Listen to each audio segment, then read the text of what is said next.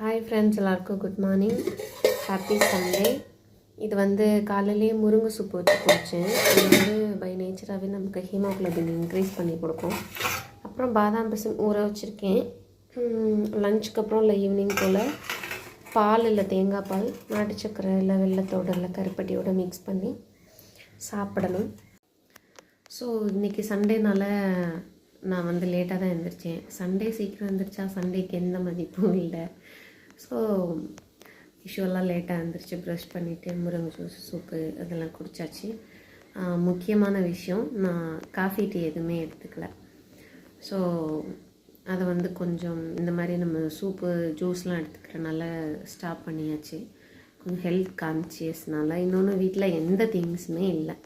ஏன்னா நாங்கள் ஒரு 5 days ஹாஸ்பிட்டலில் இருந்துட்டு வந்தனால வீட்டுக்கு தேவையான குக்கிங்க்கு தேவையான எந்த திங்ஸுமே இல்லை. ஸோ அப்பா வெளில போயிருக்காங்க. வந்ததும் சூப்பர் மார்க்கெட் போயிட்டு கொஞ்சம் திங்ஸ்லாம் வாங்கிட்டு வரணும்.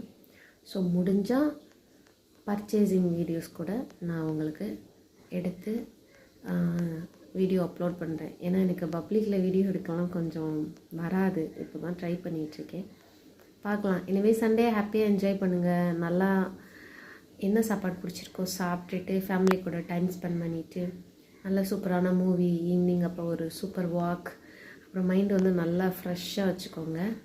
ஓகே, அப்போ தான் அடுத்த நாள் ஒர்க் பண்ணுறதுக்கான அந்த எனர்ஜி பூஸ்ட் எல்லாமே கிடைக்கும். எனவே again happy Sunday all my subscribers and my friends. Tata.